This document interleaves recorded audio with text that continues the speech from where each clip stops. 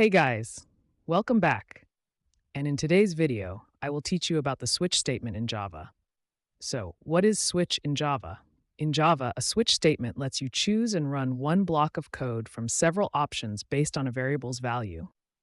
It's a simpler alternative to using multiple if-else statements. Normally, if we are trying to check if a variable is equal to something in Java, we typically use the if statement.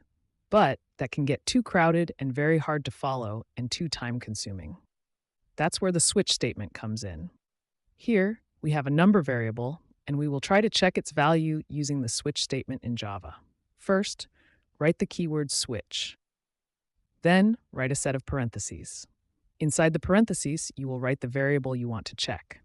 Next, write a set of curly braces. We will write our code inside the curly braces. To check for individual values, first write the keyword case. Then, write the value you want to check. And finally, write a colon. After the colon, you can write whatever code you want if the variable turns out to be the case value.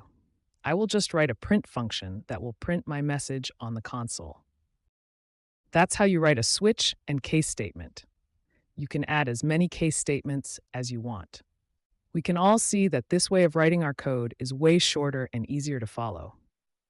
One important thing to remember is to put a break statement after each case.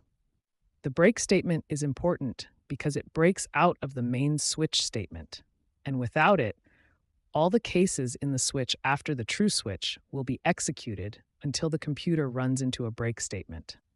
This is even true for cases with the wrong value that are after the true case.